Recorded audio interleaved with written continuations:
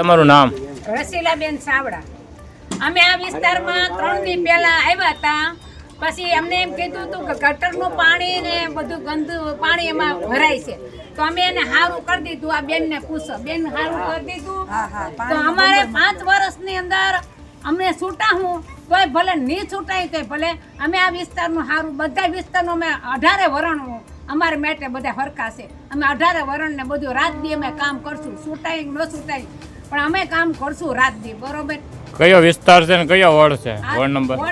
મોતી તળાવ, કુંભારવાડા 3 નંબરનો વોર્ડ છે. વોર્ડ આપો. ઓકે.